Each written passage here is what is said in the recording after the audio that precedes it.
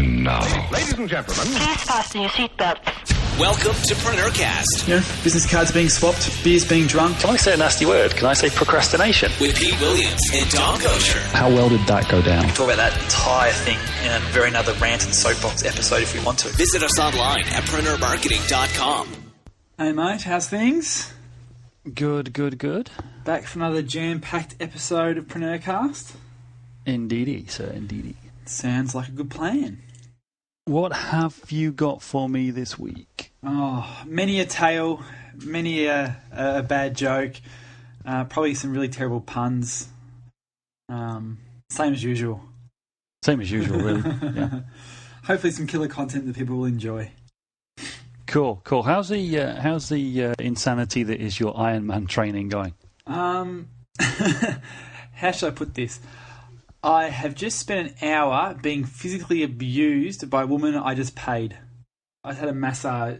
I was going to say, does your future wife know about this? Yeah, no, I just had a massage, and I reckon I walked out there sorer than I did when I walked in. So I'm not quite sure if that's a good thing or not. But yeah, some sore points. She found my my sore points and really kind of focused in on those, which, yeah, a little uncomfortable. But, you know, besides that, the training is going well. Been a tough week this week. Very mentally tough too. Just sort of had a couple of days that just mentally struggled, but that's all right. You got to push through. There's, you know, pain is inevitable. Suffering is optional. That's the saying of the moment. So, no, all going well. Next week's an easy week, apparently. I've got 2 less sessions than I normally have, so it's not really a huge easy week, but I guess that's what the coach wants the class is easy. I'll suck it up and do it. So, no, all going well. Cool. How's your sunshine and tequila going? Trying to suck me into a weather discussion, aren't you? Touche. Well, last week you were by the beach, so... Yeah, in the beach bar, that was awesome. It was a bit noisy, actually. It took quite a bit of work to edit out the background noise for that one, so I decided to come back home for this one. Oh, fair enough. So what are we going to talk about today? What shall we talk about? What should we discuss? What wisdom can we impart? I always like your take on the kind of received wisdom that the stuff that people, it's obvious, but people don't really pay attention to it. And one of the things that struck me before was when we did the numbers. You're a big numbers guy. A lot of people say when they talk about management and business, they talk about if you don't measure it, you can't manage it. Mm-hmm. And I know that you are somebody that measures, manages, tracks everything to the nth degree. Is there some wisdom you've got, something more about the numbers? Because we drilled quite down into tracking stuff before, but at a higher level. Yeah, look, we can definitely have a chat about the whole 7 levers stuff that you're aware of, that you and I have spoken. Oh yeah. Definitely worth delving into and talking about. And I do like numbers. Mum's a maths teacher, so that always sort of, I guess, been ingrained to me a little bit. But I guess if we talk, you know, high level numbers, there's fundamentally, for want of a better term, 7 levers that actually you can pull to increase the profits of your business. And I've spoken about this a couple of times, and you and I have discussed it, and it's definitely something that I want to sort of go into a lot more depth at some other point, but definitely it's a great podcast episode. We can kind of talk about, just from a high-level perspective, what those 7 levers are and how they can really dramatically affect the bottom line of your business and the profits that actually you can take home and put in your wallet. So I guess to sort of just really give a quick overview of the 7 levels and how the math actually works. Well, we can walk through it. You know, if people have got a pen handy, if they're not driving, you know, they can play along at home and do the numbers themselves and things. But they're basically independent metrics that you need to work on as an entrepreneur or a business owner to really grow the profits of your business. So, and, you know, like we've said about a few different things in various episodes of the Preneurcast here, is it's not about the product.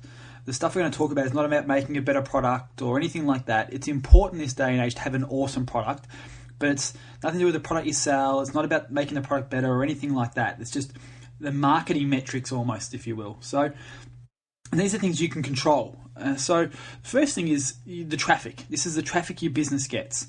So whether that's web traffic that we've spoken about, or foot traffic into a retail store, or people responding to a direct mail piece that you send out over the phone, to me, that's all about traffic. It's first level inquiry. It's the first time someone actually touches your business, so to speak, by walking into a store or jumping on your website. So that's the first thing you can actually affect by actually driving more first time traffic. And there's plenty of ways to do that with AdWords and SEO or magazine advertising or radio advertising. There's all those sort of methods to actually drive that initial traffic.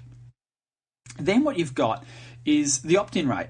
And, this is very much internet terms these days, your traffic and opt-in rate and things like that. But they've come from the real world, the offline world, because this is the stuff that has always been the driver of business. Because an opt-in rate online is someone who signs up for your newsletter or your free report. It could be someone who actually requests a quote. If you're dealing in the real world, selling real stuff to real people, someone coming to your website and requesting a quote is the first step of opting in. They've opted into your sales funnel now. They've actually wanting some information you can then go and sell to them based on.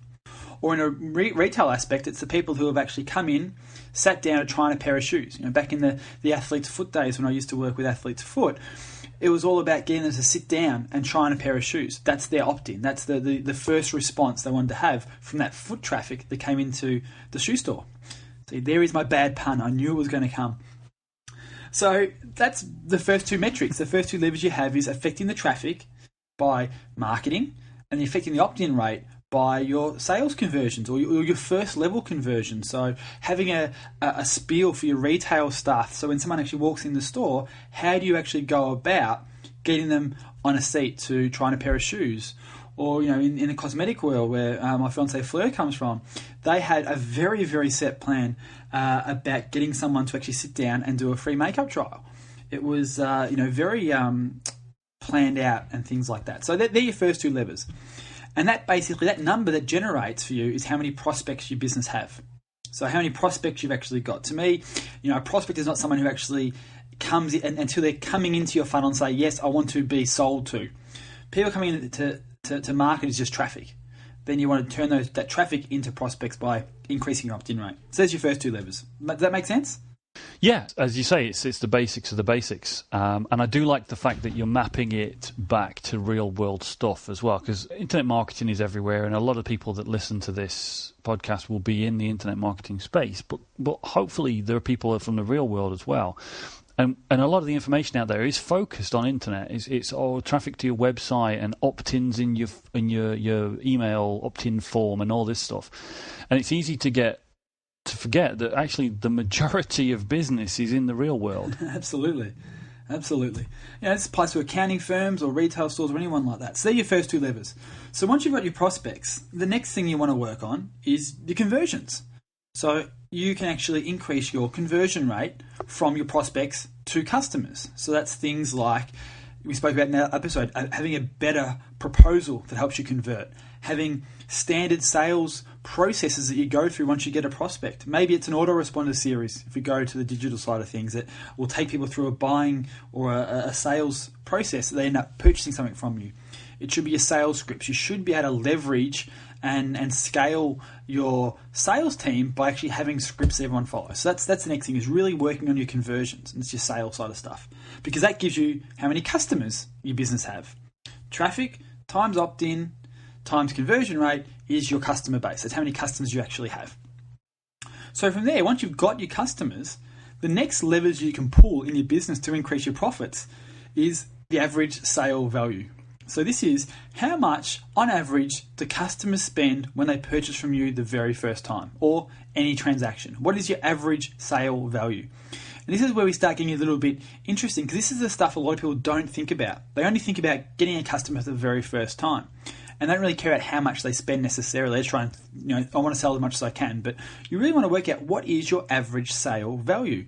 Is it a $104 if you're in the retail shoe game? Is it $97 if you're selling electronic goods? What is your average sale value?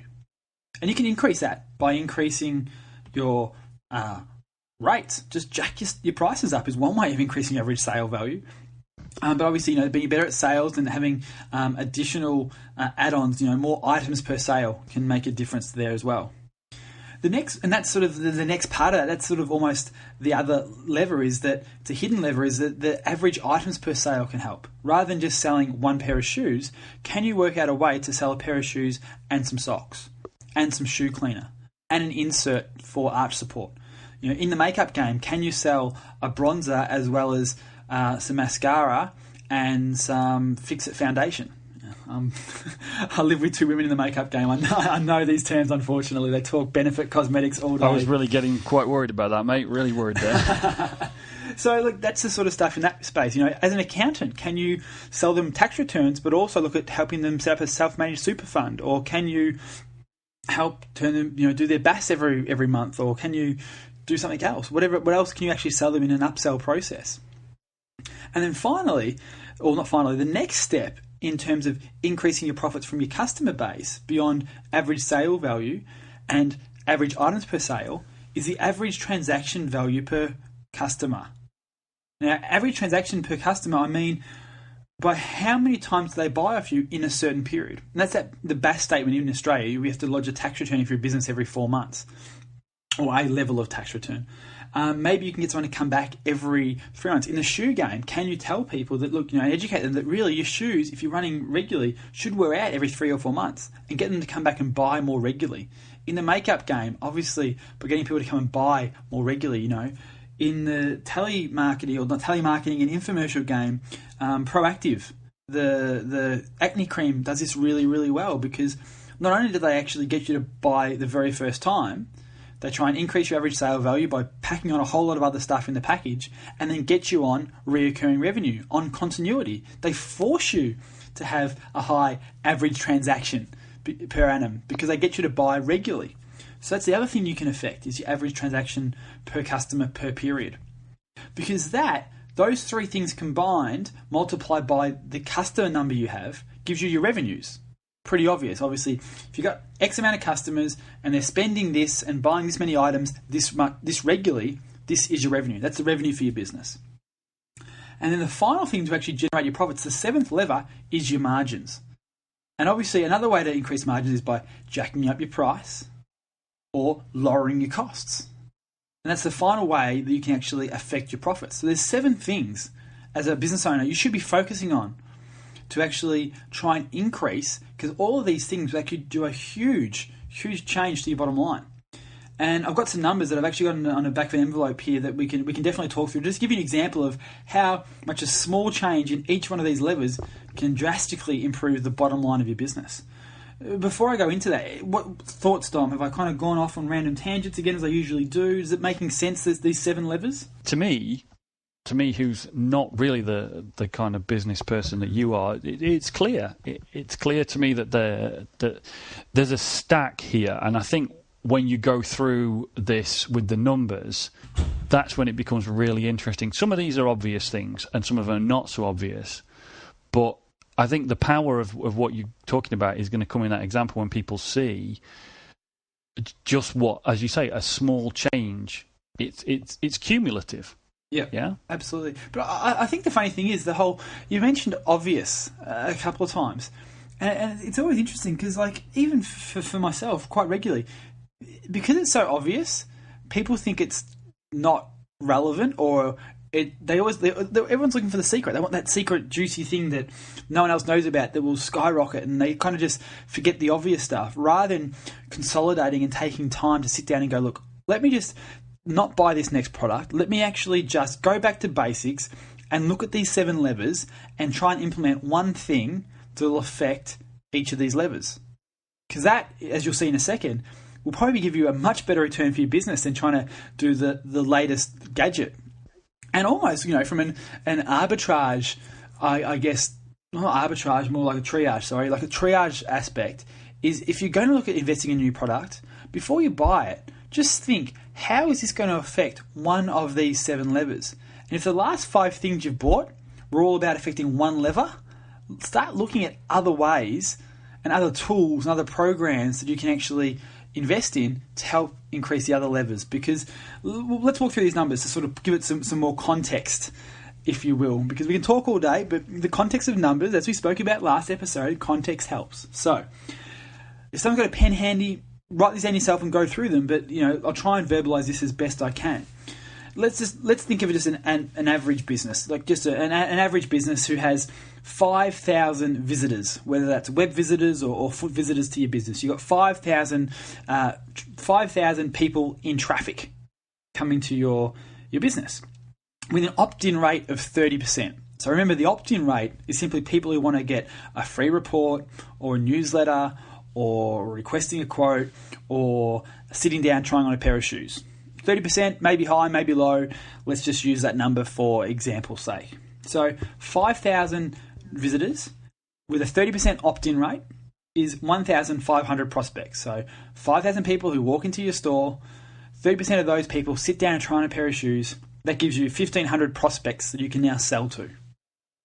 Now, if you have a 25% conversion rate, so let's say of those 1,500 people who sit down and try on your pair of shoes, or call up wanting to find out more information about your accounting service, or have wanted you to come out and talk to you about your roofing needs, or whatever it might be, and 25% of those people purchase, that gives you 375 customers. So you've now got 375 new customers who have spent some form of money with you. Now, if we have an average sale value of $100, let's say on average they spend $100 with us, and they transact with us twice a year. So they come back and buy a pair of shoes twice a year. They buy an ebook and then they buy another training course promise 6 months later. They get their roofing done, but then they also need their gutters cleaned, and you do both, whatever it might be. So 375 customers at $100 average sale value, twice a year, that gives you, or twice a period, that gives you $75,000 in revenues off those new clients.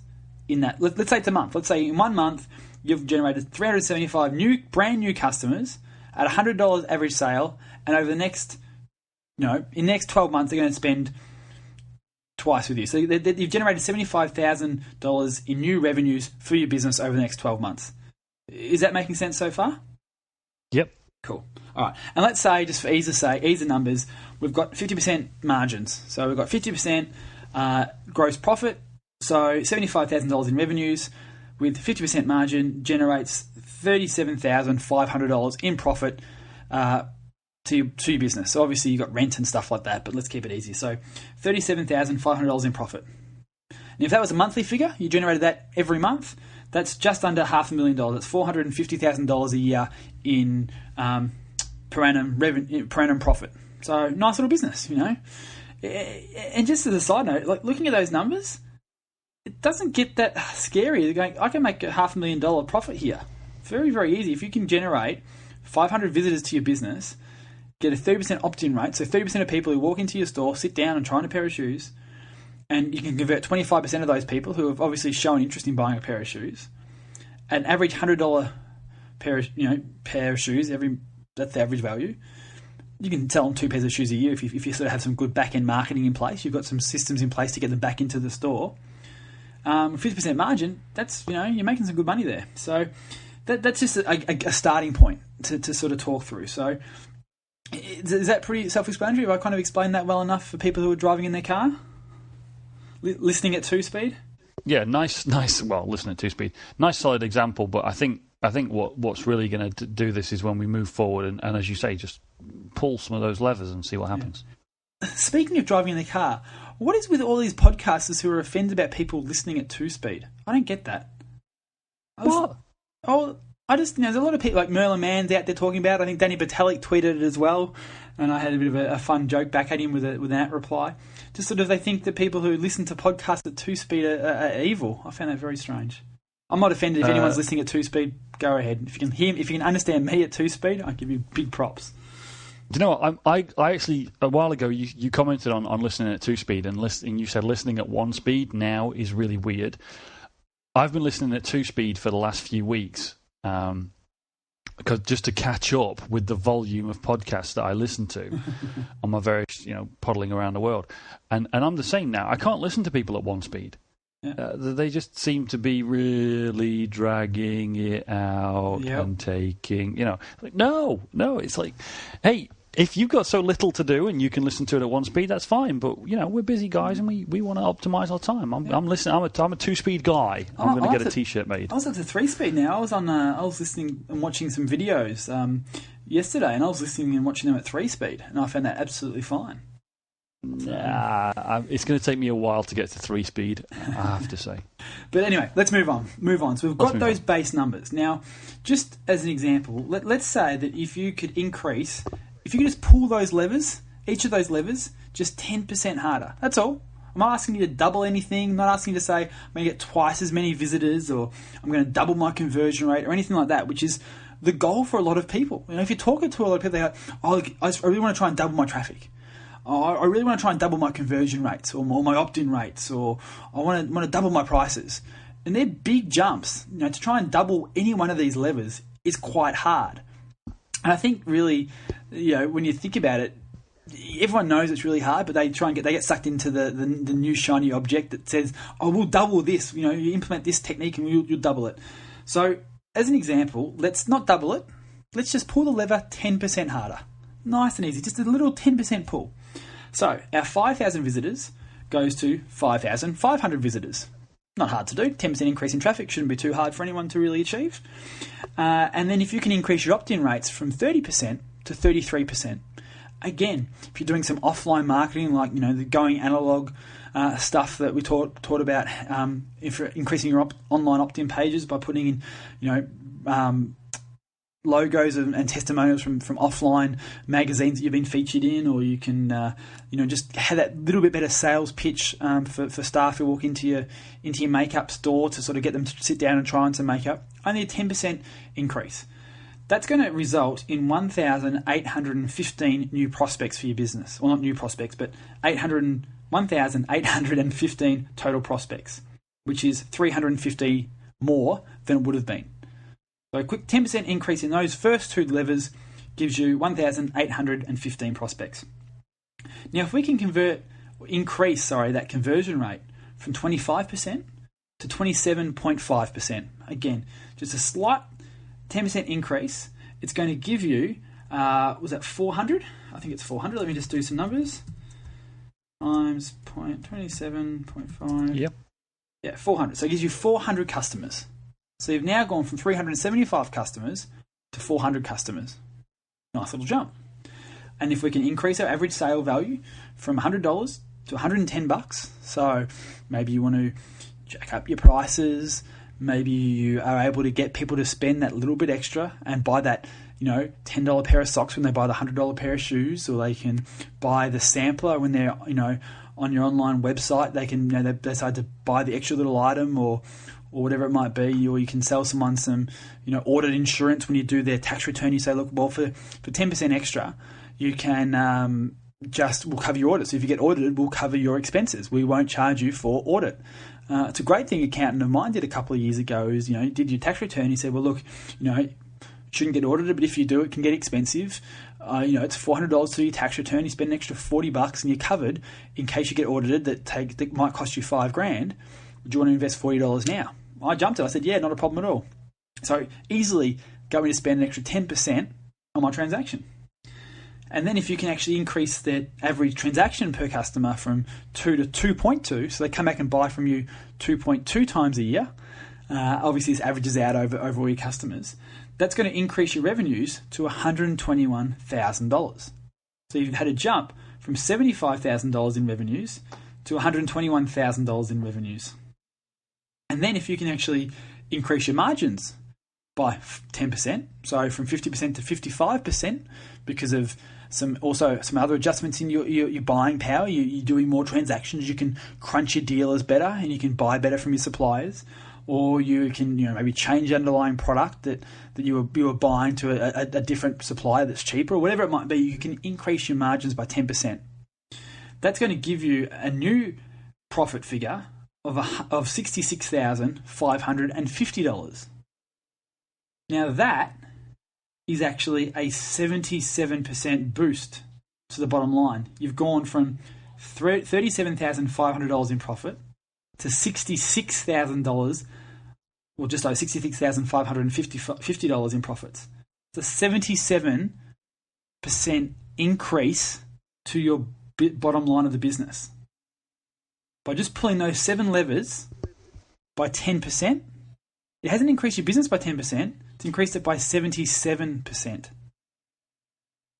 Huge, huge, huge difference. So you've not quite doubled your business, but by pulling each of these small, obvious 7 levers by just 10%, you've almost doubled your business.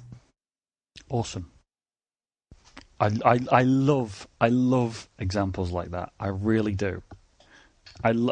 Because it goes against what a lot of people are thinking, a lot of people are selling, and it does actually make these things achievable. As you said right at the beginning of this example, going ahead and saying, "Oh, I want to double my visitors, or I want to double my opt-in, or I want to double my conversion." You want to try and double anything? Good luck. Yes. Basically, unless you're currently at 1. Yeah. Good luck with you. Good luck to you. Fill your booze. Off you go. Oh, sorry, slight digression, by the way. 27.5% conversion on all those numbers is 500, not 400. The rest of the math is solid. So I think you just slipped. I think you just slipped and said 4, but you meant 5 because all the numbers add up. Okay, cool. But they did it in the background with the calculator, making me not sound too stupid. You've got my back. I love it. That's what I'm here for. Maybe I can't read my own handwriting. I did say it was back of the envelope. Yep, you did. But to me, there's something else you said at the beginning of this is really, really important. Going out there and picking up the next new shiny thing isn't necessarily going to help. Before you even start trying to plus this by 10%, by the way, if you start by sitting down and having a chat with yourself honestly with the back of the envelope and saying, do you know these numbers? We're back to Rob Somerville and the kind of the challenge conferences where people stand up and say, "Hey, look, I want some help with my site or whatever," and Rob will always say the same thing. It's like, well, what are your numbers? And if you're not already measuring these things, then you can't plus them, you can't improve them, you can't do anything with them really because you don't know what they are. So the first thing to me is to sit down and make sure you know your current state for each one of these 7 levers. And then from your example, it's very clear. As you say, it's relatively straightforward to improve any one of those things by 10%. And the effect just knocks on through the whole thing. It's just exponentially. And it's one of those things, you mentioned it, you can't manage what you don't measure. And that's what it all comes down to, really, because if you're managing this stuff and measuring it, what you focus on expands. The whole secret is what you focus on expands. There's some validity to the message. I think the context in which they told the statement that what you focus on expands was not right in that DVD necessarily, but the underlying premise was good. And it's true. If you literally focus on these, if you write down and do your numbers and work out what these 7 things are, and then track those numbers on a weekly or monthly basis, I guarantee you they'll expand. Because what you focus on expands, and if you're aware of it, you'll start to see where you can improve it. And if we've got some time up our sleeves in the episode, we can run through those 7 levers again and just spitball 2 or 3 ways to actually increase each of these by just 10%, just to give you guys some action points and some mental snowballs that you can go and run with and push down your own mountain. Definitely, mate. That's a great thing to do. Yeah, because if you're not focusing on any of them, if you're just spreading your energy across the whole thing willy-nilly, then it's time to pick one and focus on it. Get good at it. First of all, get good at tracking and measuring, which is really, really important. And then pick one and focus on it until you've got that 10%. And then go down the list, pick the next one, go again. And just keep... So I was going to say, like 1 month. So for the next 7 months, you make a promise to yourself, every month I'm going to pick one of these levers and then spend the entire month my critical focus time on working on one of these 7 things for the next 7 months. Your business could almost double within 7 months. Absolutely. Great investment of time. If I said to anyone, look, you give me 7 months and I could double your business, they'd think I'm stupid and they go, hell yeah. But when you look at the numbers like this, it's not that hard to do. Yeah. And it is amazing as you go down that list what each 10%, as you say, you actually said it's exponential because it is kind of exponential. If you increase your visitors by 10%, then you're increasing people going into the funnel. But if the rest of that funnel stays at the same effectiveness, then your growth is going to be only going to be so much. But if you then improve each stage of the funnel and its effectiveness, then it's like compound interest. Even if you leave the traffic alone and improve your opt-in, which is something that I know you talked about doing before, improving your opt-in immediately increases the number of people going into the funnel. Increasing the conversion immediately increases the number of actual customers you have, and so on and so on. Just picking any one of these has an effect, but focusing step by step over the next 7 months could have an amazing result. So yeah, let's take a little bit of time. Let's brainstorm some ideas for each of the 7 leathers. Just 1 or 2 quick ideas that people can pick up and go with and see if they can get that 10%. All right, so starting at the very first level, let's go. All right, so traffic, whether it's web traffic or foot traffic, AdWords, SEO, banner advertising, all the internet sort of stuff. And I think most of the listeners to the podcast are sort of somewhat web savvy and know 100 different ways to get more traffic into your business, webinars, all that sort of stuff. But let's talk. Advertising still works in the real world. If you're a real world business, yellow pages can still work in certain niches, in certain clientele. It definitely can still work. Radio advertising, TV advertising, putting an A-frame at the front of your store on the sidewalk, doing some big, bold, fluorescent signage in your store window can help increase foot traffic. The bike shop across the road that I help out and work with a little bit. I yelled at them for months. They've got huge window space on a huge major road here in Melbourne, and they just had glass windows sitting there doing nothing. And it's like, get some big fluoro ugly signage out there. Bike store, family bikes, discount, whatever it might be. That sort of stuff is going to increase the foot traffic. In the benefit cosmetics world, which is the world that Fleur and Sarah, who live with me, they do what they call traffic stopping. So in the store, they get the staff to stand out there and traffic stop and stop the foot traffic walking past, and getting them to sit down. So there's plenty of ways to increase traffic, and that's sort of an obvious one, really, to a certain extent. Opt-in rates. Let's talk opt-in rates. Just split testing your opt-in page of a website. Making sure you have a request a quote button on your website if you require someone to request a quote, like we do in our telco space. Big, bold, red, dog ugly request a quote button stands out and gets the attention. Having a script, I know one of the scripts that sounds so basic that I know a lot of people have implemented and tested is, in a retail aspect, have you been here before? Rather than saying, hey, how you doing, and getting the typical just looking response, break up a little bit. Have you been here before? It was a big one for Athlete's Foot. We used to use a lot. People would say, oh, no, I haven't. And Athlete's Foot here in Australia is completely different to Athlete's Foot in the US. It's very much more scientific in the way you buy shoes. It's like, oh, great, well, you haven't been here before. Let me tell you about our Fitprint system. We'll actually have this computer analysis of your foot to work out how you whether you're pronating or supinating, and we can get the right shoes to have the right medial support and blah, blah, blah, blah, blah. And it was just a way to engage the person and actually get them to try a pair of shoes on. So having that sales pitch down pat, having the right testing on your website, there's plenty of ways to increase your opt-in rates. And that's going to increase your prospects. But one thing that you did point out there that I think is probably the most basic thing that you can do is ask for it. Yes. Yeah? Ask for people to sign up to your newsletter. Make it easy for them to sign up to your newsletter. Give them a big button to get a quote. Don't have some, if it's a website, don't have some minuscule menu option at the top of the screen that says it almost apologetically, quote. Exactly. Really, ask for it. Start that either make it easy for them to ask you for what they want, suggest things that they can have, or start that conversation. As you say, ask them if they've been there before. Just get some dialogue going with them if it's a retail store. Yeah, I absolutely couldn't agree with you more. And this comes down to conversions too. Ask for the damn sale. Yeah. Ask for the sale. The more times you ask, the more chances someone will say yes. It's very rare in business someone just walks in with their wallet open throwing money at your feet. You've got to actually somewhat pry it out of their wallet sometimes. And, so things like long-form sales letters and testing long-form sales letters, using autoresponder sequences in your online world to sort of automatically just have those sales working without you being there.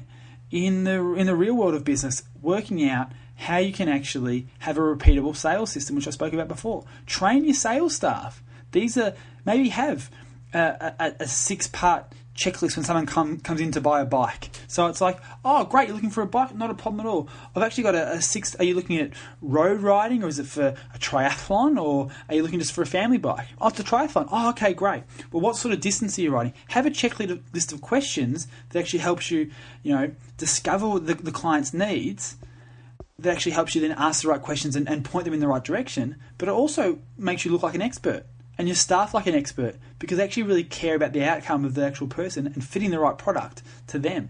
Have that sort of, even have a sheet there like, okay, Julie, great, you want to do a triathlon. Okay, so what sort of stuff do you have? Do you have a bike right now? Okay, great. Do you need these sort of things? And it just helps in that sales process so it's repeatable and anyone can actually come in and learn it and have the same sort of sales conversion rates. Because the worst thing you see in retail is, unlike web business, this is one of the things why web is so good to a certain extent, is that it's the same system. It's the same sales letter. It's the same sales page. It's the same opt-in page that people see every single time. So you know that what you should get should be consistent. There's no variable for staff having a bad day or having one great sales staff and one shitty sales staff. You want to try and systemate it and robotize it as much as you can in the real world too. So that's the sort of stuff from a conversion perspective you can actually do. Again, though, with the conversion is, as you say, don't be afraid to ask for the sale. But the other thing is, and this is like the subject of a fantastic book called Why We Buy by Paco Underhill, yes. Is don't get in the way of the sale. Make it easy for people. If they do walk in, if somebody walks into your store or comes to your website or whatever it is because they know what they want and they want to buy that thing and they have their wallet out, the worst thing you can do is get in the way. Take the money, take the money. Why do you think shops have big signs hanging from the ceiling that say pay here?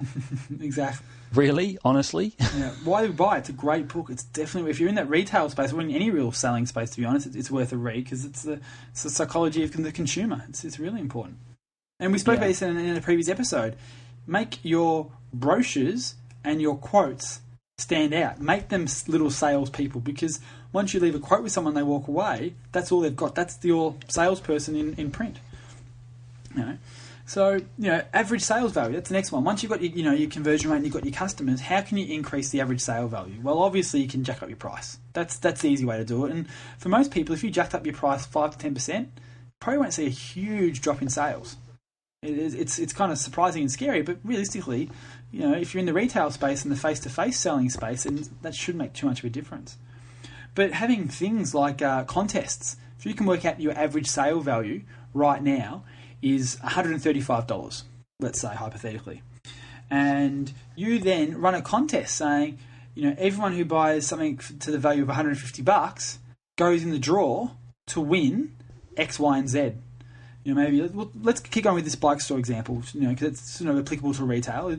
If your average sale is $135 in tyres and jerseys and pumps and stuff like that, say, look, you go into the draw if you spend $150 to win a set of race wheels or to get a new set of new jersey valued at $300.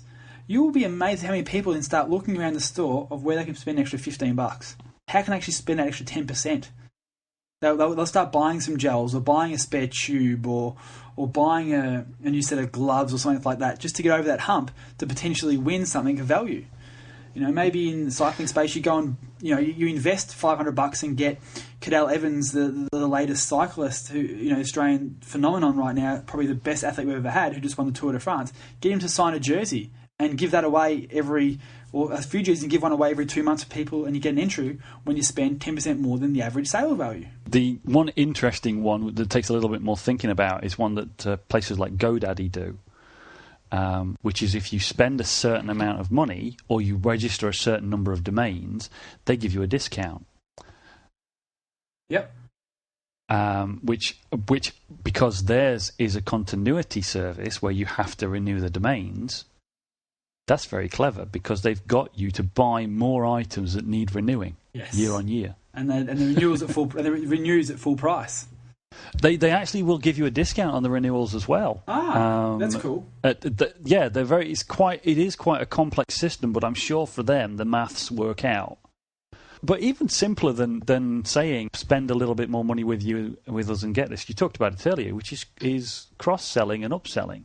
If somebody's buying a bike, and if it's their first bike, it's highly likely that they don't have the other elements that go with the item. Yeah. And have that checklist. Have the first-time bike buyer's checklist that you can give people. Absolutely. Have the triathlete's bike buyer's guide, the road cyclist, the weekend warrior's bike buying guide. Because obviously what a triathlete needs is different to what a road warrior needs on the weekend, which is different to what a family biker who wants to ride around the house in the backyard on the weekend type of thing. Have those checklists because people might not think about, I needed the extra water bottle holder, or, I should get a pump, or whatever it might be. Just educating your clients about making their experience better will help them buy more. Have bundles. Create the bundle. Create the first time, or create the triathlete's pack that actually, in that, you get some protein gels, you get a spare inner tube, you get a pair of sunglasses, and some vouchers to an indoor spin class or something like that. If you're an accountant, it's the bundle of, you get your tax done, but you also get the insurance for extra 10%. It's those sort of examples as well to help increase that. And obviously, online, it's the upsell process. Through the checkout process, you get the upsell. Hey, did you think about buying this as well? Very, very simple to do. And then the next one is the transaction value. How many not transaction value? Sorry, the average transactions per customer per period. How can you increase that? Well, create and build a database. The easiest people to sell to are the people who have bought you before. Yep. Every time someone buys from you, grab their details and put them in an autoresponder sequence. Whether you're an online marketer or in the real world who runs a shoe store or an accountant, have a monthly newsletter that has offers in it, and have an automated series that they send out 3 emails to the person after they bought. In a footwear store example, you work out if they're buying shoes to be a runner, then you have a 4-part running tip newsletter that goes out as soon as they buy from you. They get 6 emails or 5 emails or 4 emails automatically saying, here is some tips to make you run better. And then, inner soles might be like the third installment might be talking about inner soles and how they can make you run better. And then you have automatically at the 90-day period, hey, your shoes might be getting ruined. Don't forget to come in and get and buy a new pair. You just make it part of the automated sales process. An accountant, you schedule in follow-up visits or tax planning visits. If you're a roofer, you try and work out a way that you can only paint half their roof and do the other half 12 months later. Whatever it might be, work out some sort of way you can get additional transactions out of that person. And it's all about database marketing. Build a database of clients and sell them other stuff. This gets a little bit more advanced, but if you are at this level, segmenting the list, being aware of who has bought things and who hasn't is a big deal. Yeah, and particularly, if you're using something like Aweber, whether you're an online space or in the retail space, and you create, 4 or 5 different segments of your market: first-time triathletes, road warriors on the weekend, family cyclists. Maybe you've got employee tax returns, personal tax returns who have a self-managed superannuation or 401k, business owners, corporations. And every time you actually sell to someone, you figure out which one of these 4 buckets they fit in and put their email address in there. If they've already bought from you historically, the system will say this client already exists and they won't be sent the emails again. So it's easily achieved to sort of make sure you're not going to repeat the same marketing to people, because if you've had that system in place, then you throw people into that bucket, and if they're already in there, you're going to get warnings. But you have that bucket set up that just happens automatically every time someone, join our VIP club and get 10% discounts. It's an easy sell to get people's email addresses these days. Look, let me email a copy of the invoice to you. What's your email address? There's not that hard ways to do that sort of stuff. Good one. And then finally, it's margins. And there's plenty of ways to increase your margins, whether it might be doing stuff like increasing your prices, crunching your supplier. Times are tough out there. You say, look, I'm going to take my business elsewhere unless you can drop your prices a little bit. Find a different supplier and potentially change the underlying product you use, not to actually reduce the quality of product you offer, but maybe just change suppliers and maybe use different printer paper if you're an accountant. Maybe use different Scotch Guard if you're a carpet cleaner. I don't know. Or how else can you improve your margin? I had one before and I've lost it. The one that I was going to say, which is I've actually been going through Book Yourself Solid. Michael Port. And one of the things he talks about, as well as John Warrillow also talks about this Built to Sell. Built to Sell.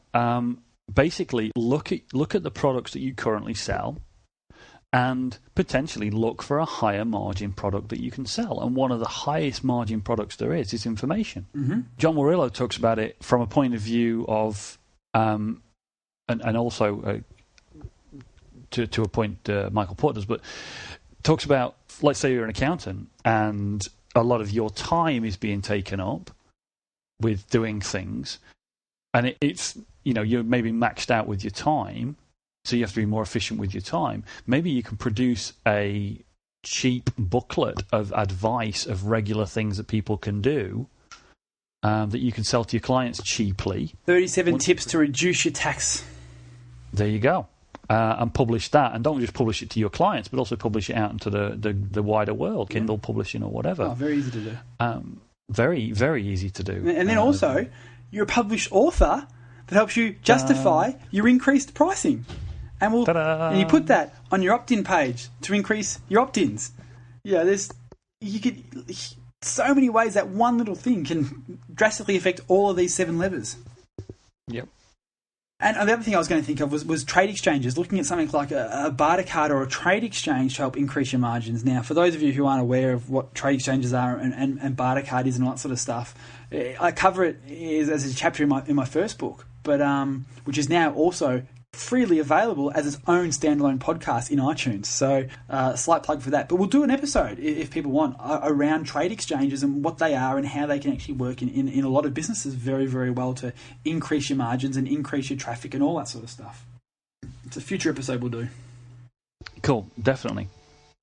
Well, we're over time as usual, depending on who... do you know what we should do? We should change the time to an hour, and then we're always going to be under time. I prefer to try and aim for half an hour, and then we're always over-delivering. Ah, okay. Fair enough. Good. See? Context. You've changed the frame. Framing that one for you there. You actually listen to the podcast. Okay. Awesome. Amazing, isn't it? Well, let's... That was... Go on. I was going to say, let's wrap this up. Yeah. Let's wrap this up. That was fantastic. That was really, really good stuff in there, and hopefully everybody found it useful. Again, as we ask... always, if you do find this stuff useful, give us a bit of feedback on the iTunes store. We're still after beating Ed Dale and Danny Patelik, We're getting there. But yeah. Twitter, I've had some awesome response on Twitter this week. For a few people sort of sent me some tweets. So, @Preneur, Preneur, @Preneur is my Twitter handle. Or, shoot us emails. support@preneurgroup.com is probably a good email address to reach us on. So, thoughts, feedback, show suggestions. I'd love to hear how people actually are consuming this stuff too. Like I like to consume a lot of podcasts while I'm riding my bike and running and stuff. I know a lot of people listen to it on the train to work or in the car, but maybe you're a pigeon racer and you're listening to it while you let your pigeons go. I don't know. I'd love to hear how people are consuming this and applying it. Maybe we should start a Twitter hashtag. Maybe we should have like a #2speed. Haha, yes. Yes, that could be very cool. See, if you listen to it at 2 speed or because I speak so fast, you have to listen to it at half speed. I don't know. I'd be keen to know. Cool. Okay, buddy, let's wrap that one up, and I will see you next week. Ciao. You've been enjoying another fine episode of Preneurcast with Pete Williams and Dom Gaucher. Make sure to hang out with the boys online at www.preneurmarketing.com or drop them a line via Preneurcast@preneurgroup.com.